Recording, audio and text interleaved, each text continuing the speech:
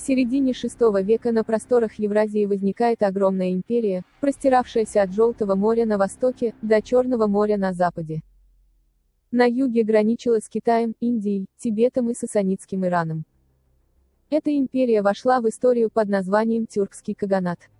Непобедимые войска этого народа сокрушали самые могущественные империи того времени. Народ, который создал эту империю, исчез, оставив свое имя в наследство многим народам, которые отнюдь не являются их потомками. Несмотря на их огромное значение в истории человечества, они были малочисленны. Состояли из 500 семейств. В то время, сильные народы истребляли слабые народы, а они хотели переустроить мир, объединить всех, и жить всем в мире.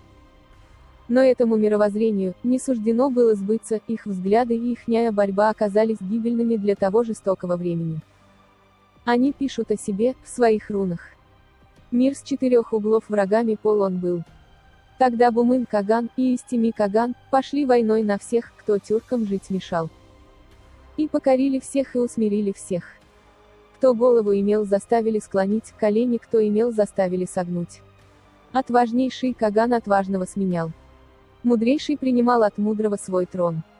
Все беки и весь народ хранили свой уклад, хранили каганат. Тем, кто с голоду помирал, давали мы еды. А пешему давали мы коня. Нагого одевали. В готовых погибать, мы к жизни возвращали. Свободным стал, кто был рабом. Так в племенной союз сплотили мы соседей всех. Народы всех земель, всех 4 углов, которых укрощали, которых подчиняли, всех словом и мечом замирили. Так славен был наш Эль. Так писали они свою историю. Все началось с Алтая, где жил народ, который состоял из 500 семейств. Их называли кланом Ашина. По исследованиям в китайских источниках синолога Гущина Станислава Петровича, их называли народом Сахэ или владетельный дом Сахэ.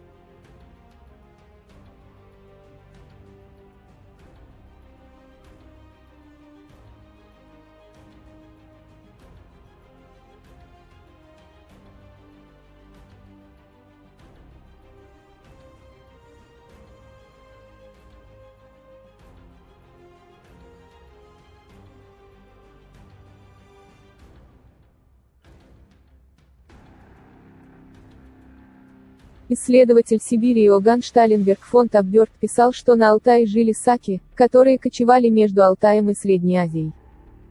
Этот народ занимался производством железных изделий. Они жили спокойно, пока их не забеспокоили в 545 году авары, которых китайцы называли жужанями. Согласно китайским источникам, авары были очень воинственны. Их воинские подразделения делились на сотни и тысячи. В китайских хрониках много записей о набегах аваров на пограничные районы Китая.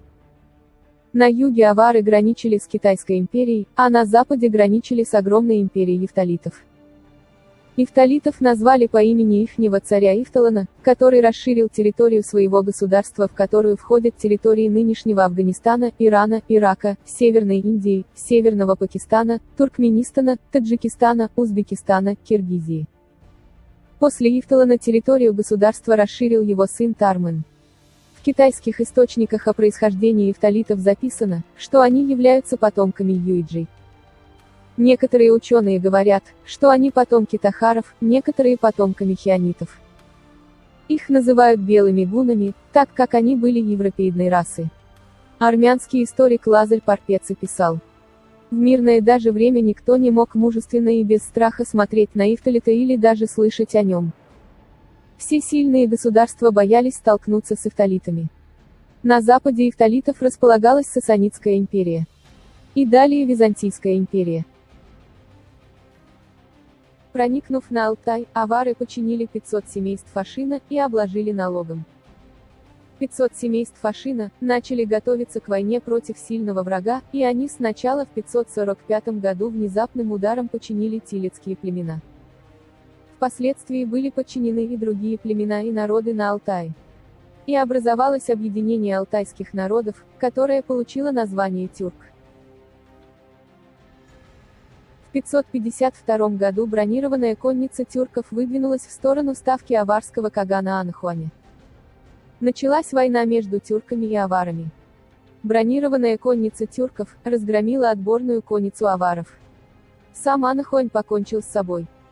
Погибает тюркский Каган Бумын, на престол вступает его старший сын Кэла, с титульным именем Хараитык Каган, но ненадолго, разбив несколько групп аварских войск, через год погибает. На престол вступает его брат с титульным именем Маган Каган. Некоторая часть аваров бежит в Китай, но китайцы, чтобы не спровоцировать тюрков, выдают аваров тюркам. Некоторая часть аваров бежит на запад. Истеми Багатыр устремляется в погоню за бежавшими на запад аварами, но столкнулся с эфталитами и пришлось приостановить погоню. Византийский историк Минандр Проректор писал про высказывание Истеми, что военно-начальник тюрков высказал свойственной для варваров дерзостью, что авары не птицы, чтобы, летая по воздуху, избежать мечей тюркских. Когда покончу с эфталитами, нападу на авар, и они не избегнут мечей тюркских. Угроза Истеми была воспринята аварами всерьез, и поэтому решили бежать далеко. По пути на запад, авары разбивают воинственных савиров и утигуров, потом нападают на Азов, и славяне покоряют их. Затем, обогнав Карпаты с севера, совершают грабительский рейд в Тирлингию и Галлию. В Центральной Европе разбивают армию франков, пленяют короля Сигиберда I, и разбивают армию гепидов, и становятся полными хозяевами Панонии. Там образовали новый аварский каганат, который в течение долгих лет стал ужасом для соседних стран франков, византийцев, германцев и славянских племен. В 555 году тюрки захватывают столицу Тагона, город Шудун, и присоединяют это государство. В 560 году царь эфталитов Гатфар спровоцировал войну с тюрками, приказав убить тюркских послов, направляющихся в Иран с дипломатической миссией. Тюрки, в союзе с Ираном, начали войну против эфталитов. Бронированная конница Истеми вторгается в территорию эфталитов. Тюрки занимают Чач, это территория современного Узбекистана. В 564 году тюрки, разбив огромную эфталитскую армию при Нифисе, захватывают Самарканд и Бухару. В решающем сражении возле Карши, эфталиты опять были разгромлены. Эфталиты свергают своего царя Гатфара, спровоцировавшего войну с тюрками, и избрали Фаганиша, который попытался заключить союз с Ираном против тюрков. Но эфталиты в течение короткого срока были разгромлены тюрками. В 566 году тюрки и Иран разделили державу эфталитов между собой. После падения эфталитов единственной преградой взять под контроль шелковый путь для торговли с Византией и Европой остался Иран. В 567 году тюрки переходят Волгу и проникают на Кавказ, пытаясь проложить северный торговый путь в обход Ирана, починив по пути сабиров, утигуров и хазар. В 568 году тюрки заключают военный союз с Византией против Ирана. И в следующем году Истеми вторгается в территорию Ирана и захватывает Аланию. Тюркские послы пытались убедить византийского императора начать наступление, но тот медлил.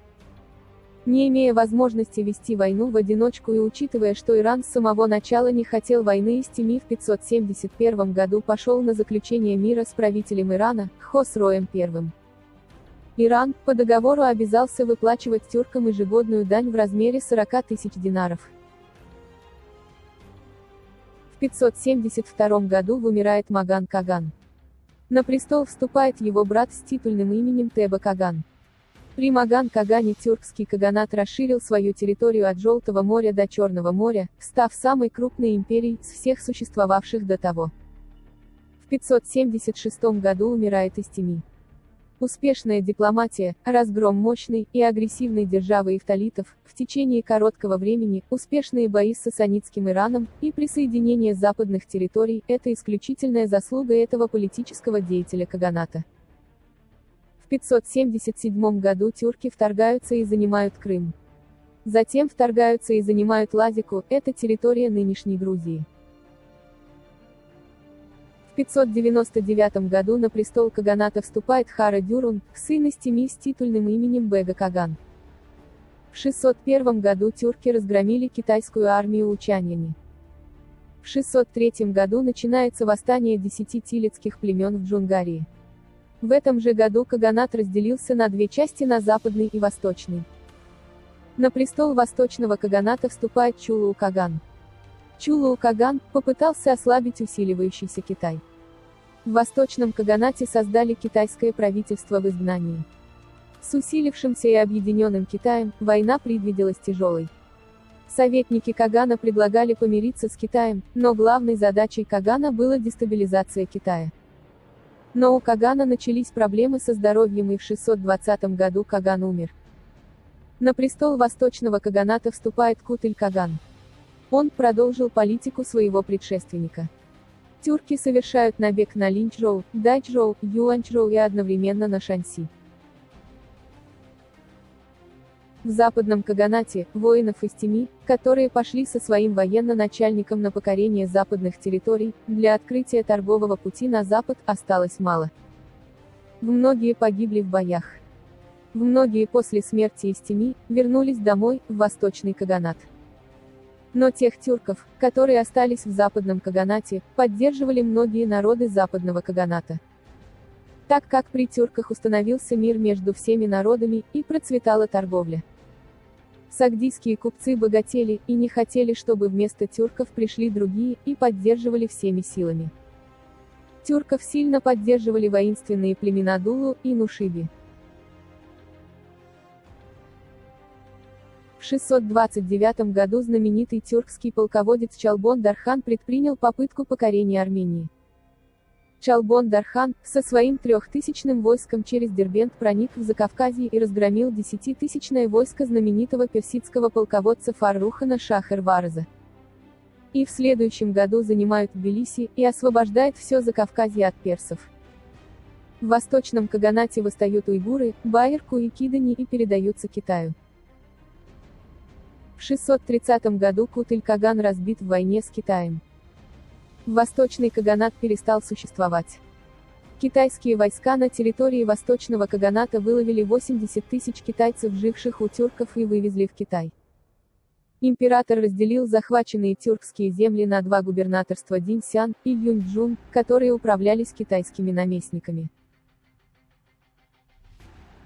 Западно-тюркским каганатом правило объединение 10 племен.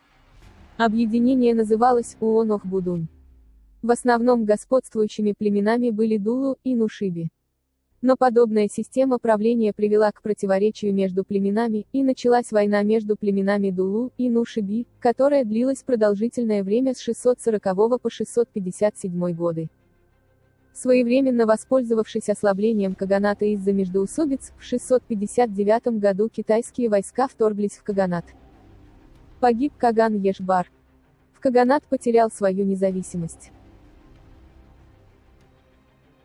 Восточные тюрки в Китае занимали высокие должности, а их войска захватывали новые территории для Китая. Воевали в горах Тибета, в джунглях Индокитая, в тайге Сибири. Целых 50 лет тюрки воевали за Китай. Вот что они пишут в своих рунах. Тогда народ сказал правителям своим: «Ведь я народом был. И многих побеждал. И многих подчинял. Народом прежде был, а кто же я теперь? Был у меня Каган, а где он, мой Каган?» И в 679 году тюрки восстают, но были разгромлены, но остатки восставших тюрков собрали значительную армию, и в 681 году, после 50 лет жизни на чужбине, внуки великих воинов объявили войну Китаю. Объявили своим Каганом Кутлуга, с титульным именем Ильтырис Каган. Вот что пишет про это восстание сын Ильтырис Кагана, Билга. 17 было их, с кем мой отец Каган сначала начинал. А к ним в горы, в дебри, в глушь отважные стеклись. 17 было их, а 70 сошлось. И все они были как волки, а враги как овцы. Смельчаки вели за боем, бой. А объединял всех, всех вдохновлял мой отец, чтоб в тюрках возродить и честь, и славу. И стало их 700 отважнейших бойцов. В Китае руководитель неудавшегося восстания тюрков в 679 году Ашини Юань-Джень попросил императора освободить его из заключения и собрать войско из тюрков для борьбы с Ильтырис Каганом. Император дал разрешение собрать ему армию из тюрков. Собрав армию из тюрков, Ашини Юань-Джень выступил против Ильтырис Кагана. Но вместо войны с Каганом он присоединил свое войско к Ильтырис Кагану. А к Ильтырис Кагану начали стекаться тюрки со всего Китая. Началась гражданская война в Китае. Весь Китай стал ареной военных действий. В 683 году тюрки нападают на Винчжоу и Ланчжоу, в провинции Ганьсу, губернатор Винчжоу, Ван Дэмэо был казнен. В этом же году тюрки атаковали Гуйчжоу и казнили военного наместника в землях тюрков Джан Каинши. В этом же году тюрки атаковали Юйчжоу, в провинции Хэнань, был казнен губернатор Ли Сыкань. А командующий китайскими войсками в Юйчжоу Цуй Джибень попал в плен. С 684 по 689 годы тюрки с переменным успехом воевали за Шочжоу и Дайчжоу, в провинции Шаньси. Около Синьчжоу, в провинции Шаньси, тюрки разгромили огромную китайскую армию. Китайцы отступили, потеряв 5000 воинов. В 693 году в войне с Китаем погиб Ильтарис Каган. И в этом же году, во время похода против тюргешей, погибает Ашиди Юаньчжэнь. На престол вступает Мачу, младший брат Ильтарис Кагана, с титульным именем Киппыкэн Каган. В 696 году, тюрки присоединяют Кидани и Хи. Тюрки Ашини Юаньчжэнь, которые захватили тюргешей, создают там отдельный тюргешский каганат. У тюрков появляется новый выдающийся полководец Кюльтыгын, сын Ильтарис Кагана. Он родился в 685 году. Отец Кюльтыгына, Ильтарис Каган, погиб, когда ему было 7 лет. Он организовал множество походов и участвовал во многих битвах и ни разу не проиграл. В 16 лет в 701 году совершает поход в Джунгарию. Покоряет басмалов и присоединяет Джунгарию. В постоянной войне с тюрками весь север Китая лежал в развалинах. Империя понесла огромные потери. Китайские генералы вынуждены были вести только оборонительные войны. О наступлении не было и речи. Но несмотря на это, Каган, ожидая наступления со стороны Китая, приказал своим армиям постоянно менять места своих ставок. В Китае происходит переворот, убивают императрицу У, и восстанавливается династия Тан.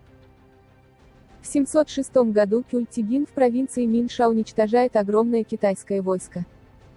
В следующем году покоряет Байерку. На западе в тюргешском каганате умирает Уджили Каган. На престол тюргешского каганата вступает его сын Сахэ. В 710 году Кюльтыгын совершают поход на карлуков, изгилей, кыргызов, азов, сагдийцев, магу, татабов, курыкан, киданей, тюргешей, тагу-сагузов и присоединяют их к каганату. В 711 году начинаются восстания карлуков, азов и изгилей против тюрков. Уйгуры, кидани и татабы передаются Китаю. А в 714 году восстают тагу-сагузы, киргизы, курыкани и байерку. Второй тюркский каганат моментально рассыпался на части.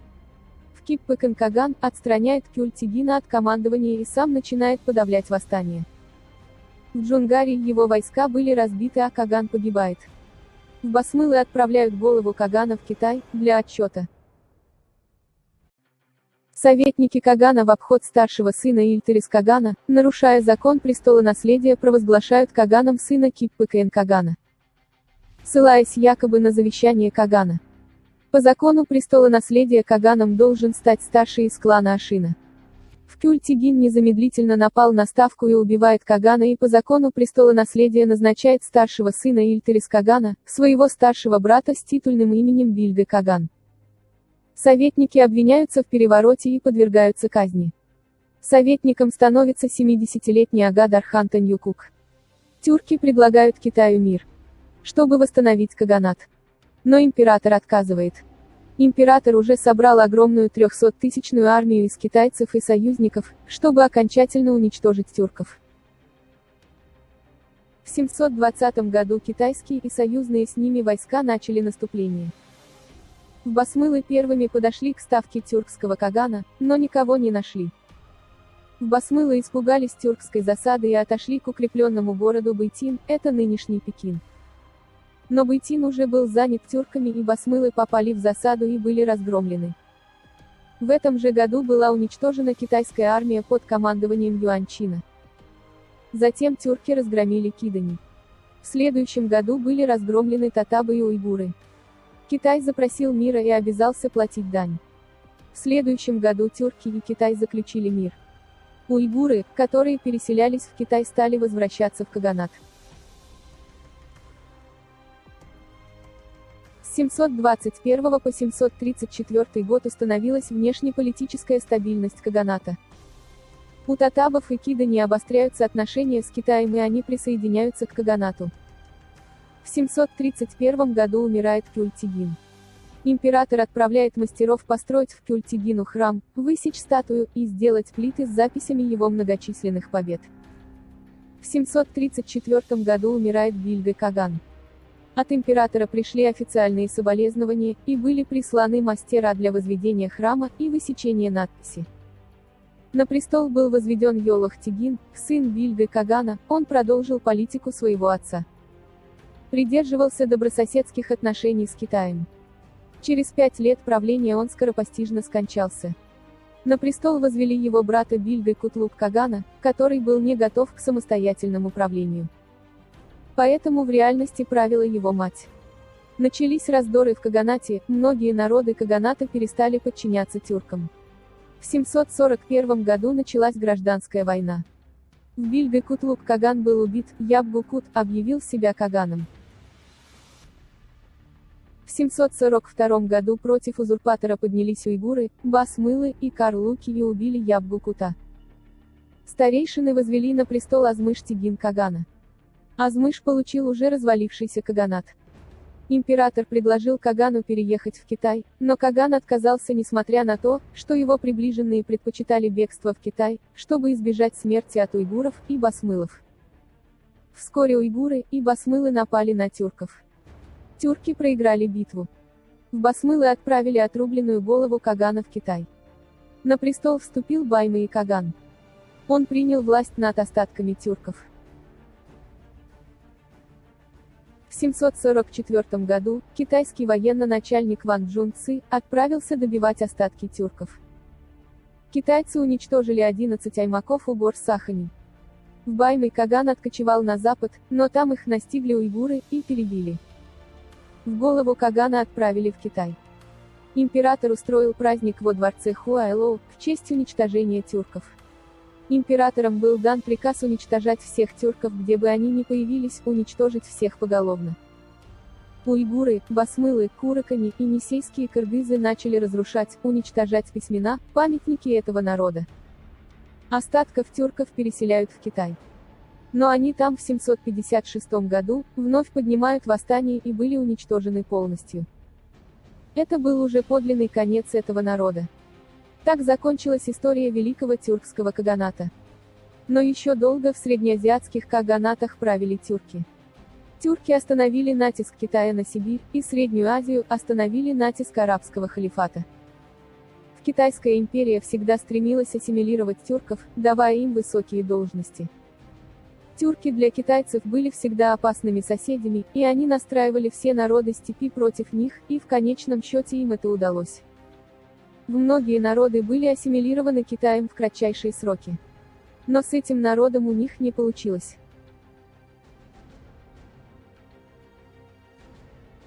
Это была краткая хронология 200-летней истории клана Ашина, с 545 по 744 год. Мог ли выжить этот народ, переселившись на север, где не было врагов? Есть версия, что остатки клана Ашина — это народ Саха. Само название этого народа совпадает с тем, как называли китайцы, народ, который основал тюркский каганат по исследованиям синолога Гущина Станислава Петровича. Также совпадают расчеты ДНК генеалогии профессора Клесова Анатолия Алексеевича. Они рассчитали дату прохождения бутылочного горлышка народа Саха. В бутылочным горлышком генетики называют резкое, критическое сокращение численности и дальнейшее постепенное восстановление. То есть дата прохождения бутылочного горлышка народа Саха и дата уничтожения тюрков совпадает. Потому что общий предок якутов жил всего лишь 1300 лет назад. Здесь много непонятностей. То есть я, честно говоря, сомневаюсь, что у них не было древнее предков, вряд ли якуты столь недавний народ, но что-то случилось 1300 лет назад. Опять же, то ли там какой-нибудь метеорит упал, я не знаю, типа Тунгусского, о чем мы не знаем, то ли там супостат пришел и всех поубивал, но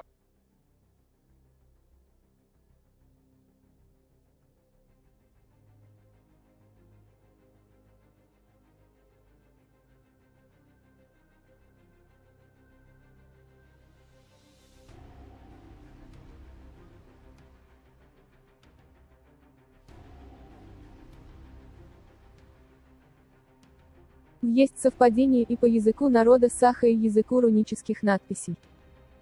Слово «тюрк» на языке этого народа переводится как «коренные», «местные». Тырюк, Амуктар. Объединение коренных народов. После того, когда Бумын, Каган и Истеми объединили алтайские народы, чтобы противостоять более сильным аварам, в Китай прибыло посольство, чтобы склонить китайцев для борьбы против аваров. Посольство представилось китайцам тюрками, то есть не одним народом, а объединением народов. Так китайцы впервые узнали и записали их народом тюркю. Слово «кёх» на языке саха переводится как «инициаторы» или «организаторы». А слово «кёх» – «синий». В итоге неправильного перевода получилось словосочетание «голубые тюрки», а не «организаторы объединения народов». Слово «айсен» переводится как «внук» или «внуки Всевышнего». Это самое распространенное имя у народа саха. Слово «айсен» на китайском языке звучит «ашини».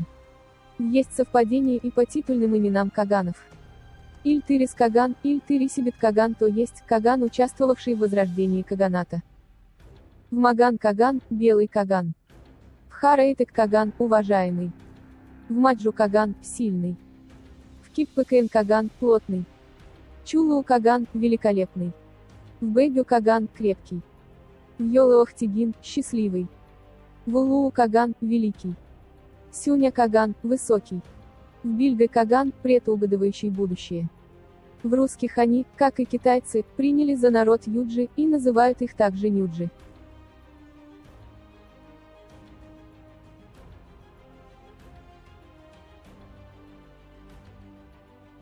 Непонятно, почему ученые считают, что предки якутов кураканы.